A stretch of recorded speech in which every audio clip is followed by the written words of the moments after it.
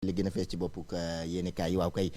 lotissement illégaux Sonko rase tout moom la xëyee tey ci xën mu njëkk mi moom Walf Quotidien nee na proposition de loi interprétative de l'amnistie li nga xamante ne moo di amnistie ak ni ñu ko war a interpréter taxawaay geek gunge gi nga xamante ne war na cee am lan lañ ci dégg ci la nga xamante ne moo di dogal gañ ca daal di def moom Walf Quotidien xëyee na ko ñun nee na lotissement yi nga xamante ne tamit mbirum suuf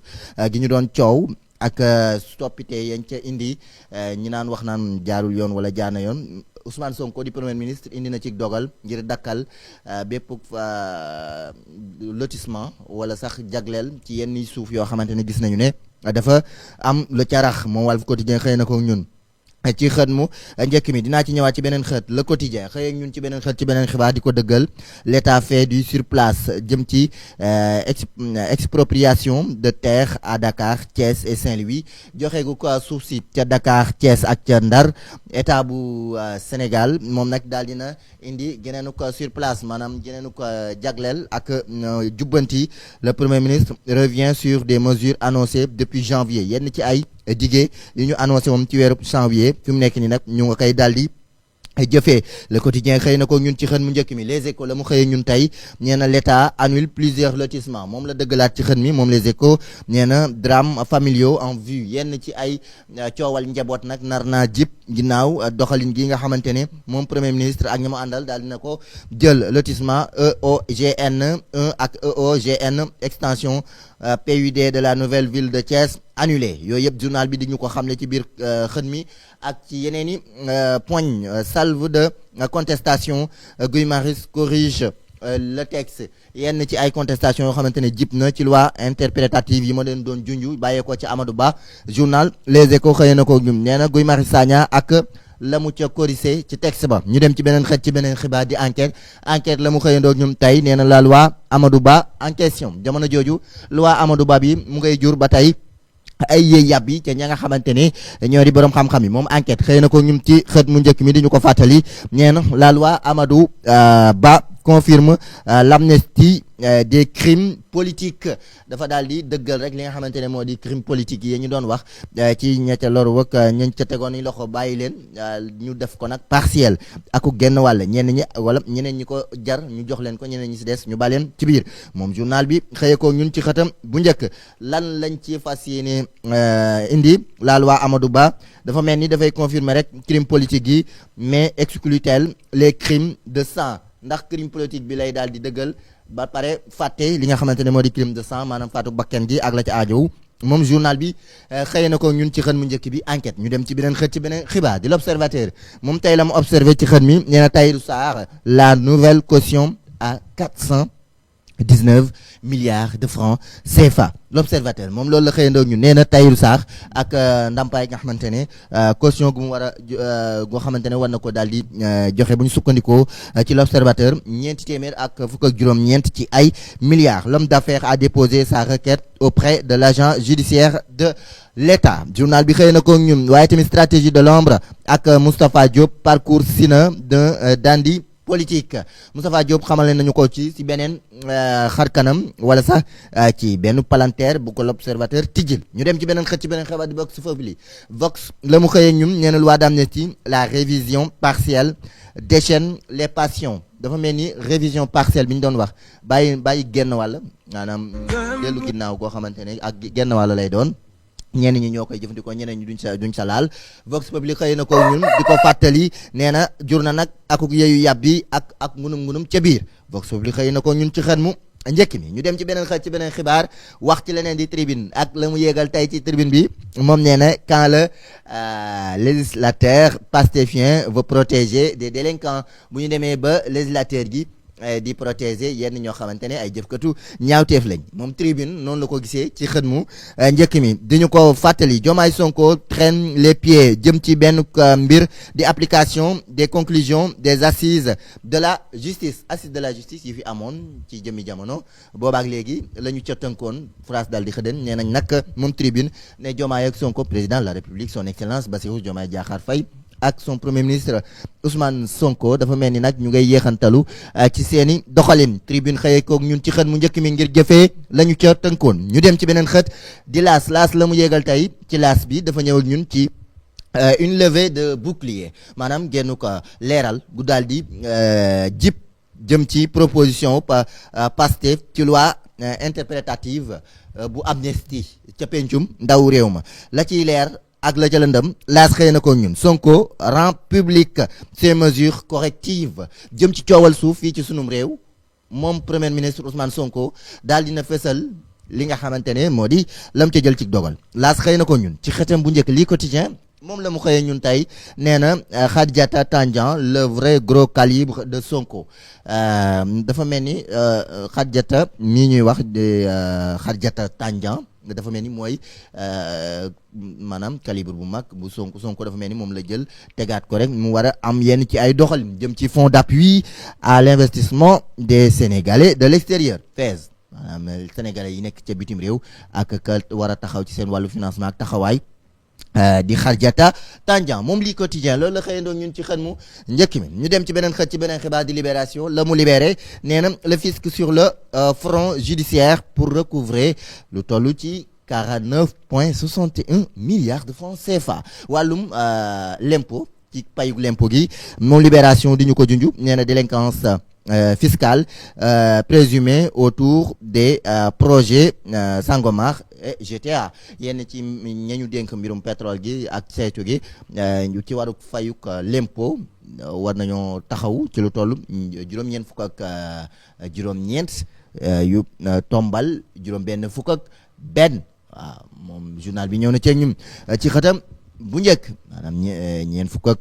juróom-ñeent ñeent fukk ak juróom-ñeent yu tombal juróom-benn fukk ak juróom-benn moom Libération xëy na ko ñun ci xëtam bu njëkk ñu dem ci ay milliards ñu dem ci beneen xët ci beneen xibaar di Le Témoin ak la mu témoigné tey jilee nee na alors que l'État ménage les boulangers les meuniers oubliés réclament 15 milliards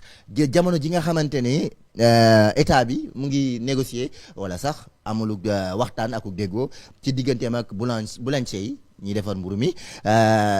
ñii nga xamante ne ñoo di meunier yi maanaam ñiy defar farine bi ñoom it ñu ngi yëglu di xaar seen wàll ci wàllu waxtaan geeg 15 milliards lañ leen war a jagleel ci seeni bor. Le Témoin xëy na ko ñun ci xatam bu njëkk leur association en discussion en même temps que les boulangers le remboursement de la compense de 1000 francs sur chaque sac de farine moom Le Témoin xëy na ko ñun ci xatam bu njëkk ñu dem ci beneen xët ci beneen xibaar di wax ci leneen di yor tey la mu xëy ñun nee na le premier ministre rétablit l'ordre dans la gestion du foncier premier ministre dafa daal di jëlaat benn jubbanti ci coowal suuf ak coowal xëccoo gi ci dëkkuwaay yenn ci ay gox bokk na ci Thiès Saint-Louis Dakar ak la ca aajow moom li ma leen limal sànq ci bi may tàmbali moom yor xëy na ko ñun ci xëtam bu njëkk ñu dem ci beneen xët di l'info ak la mu informé tey nee na l'opposition crie haro sur le pouvoir projet de loi interprétative de la loi d'amnistie wàllum loi amnistie bi ak nañu ko interprété ak nañu ko taxawee ci beneenu ko xarkanam opposition bi jamono ji ñu ngay yuuxuk scandale wala haro maanaam buñ ci dal bu mu jëm kaw bu mu jëm kaw ak yeneen ca aajow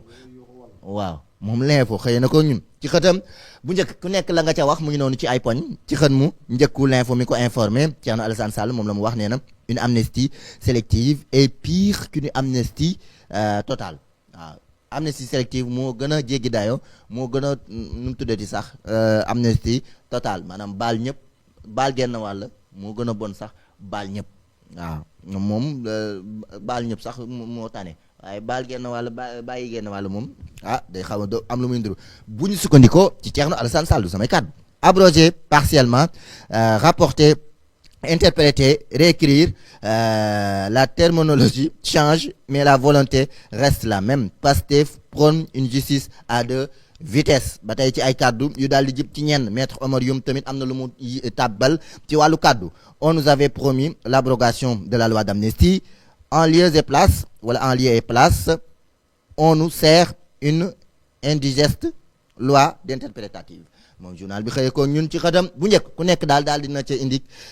kàddoom moom l'info loolu la informé direct news la mu def direct tey nee na les vérités crues de Tahirou Sarr à madame Yacine Fall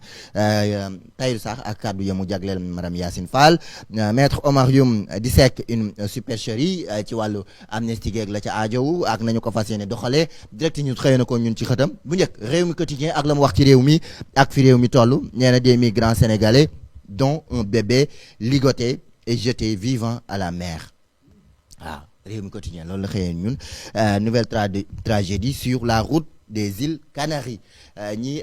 amal mbëkk mi nee nañ ci benn mbëkk guñu gi lii ku ko foto nag man laa xamul ak ku jot information bi nee nañu daal benn yenn ci ay doomi Sénégal ak benn bébé boo xamante ne ñoom it daal dinañ leen takk rek jébbat tàbbal leen ci géej gi ñu doxee fa tabarkàlla na leen yàlla yërëm réew mi quotidien xëy ko ñeen les victimes étaient soupçonnées de sorcellerie waaw nee na ñañu takk noonu du tàbbal leen ci géej gi dañ leen doon jiiñ ne yenn mbir yoo xamante ne ci mbirum jinne laa ci ak leneen lu ni mel le capitaine du bateau et son équipage jugé en Espagne pour assassinat kii nga xamante ne moo nekkoon capitaine u gaal gi moom ca Espagne ñu ngi koy jugé ngir wàllub assassinat waaw dañ doon jot ne ñoom dañoo am ay bëti guddi wala lu ni mel ba tax ñu jël leen takk leen tàbbal leen ci géej gi waaye ñu ngi leen di capitaine u bateau ba ak ñenn ca ñoom daal dinañ leen di jugé foofu la ca Espagne. Sud Quotidien moom nee na le problème c'est nous autres Africains jëm ci maître Augustin Senghor mi démissionné ca poste premier vice-président bu CAF waaw confédération africaine de football moom Sud Quotidien xëy na ko ñun maître Augustin Senghor dafa daal di démissionné ca postam premier vice-président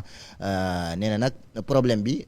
ñun yenn ci africains yi la waaw ñun yenn ci africains yi dafa am genn bundu xataal ak benn kumba am ndey kumba amul ndey gu ci am Sud Quotidien xëy ko ñun ci xët mu njëkk mi moom record wàllum tàggat yaram laa koy daal di ndar keppe nee na Ilay Camara et Assane Diao convoqué jëm ci mondial 2026 qualification gi liste bi nga xamante ne war nañu jàmmarloog Soudan ak Togo ci gayndey Sénégal yi Pape Thiaw incha allah tey ji ci bëccëg gi war na joxe liste bi waaye dafa mel ni ki nga xamante ne moo di Ilay Camara ak Assane Diao ñoom daal dinañ leen convoqué Pape Thiaw ouvre encore la tanière aux locaux daal dina tijjil locaux yi tanière bi ngir ñu wane seenuk xar kanam ak seenuk manim waaw loolu am na lu am nekk na lu am solo yow sax loolu moom am na solo lool ndax kenn ku si nekk li si sansam rek nañ ko jox waaye moom it mu wane li tax tamit ñu sélectionné ko waaw comme si ñeneen ñi ndax ko xool fii football toll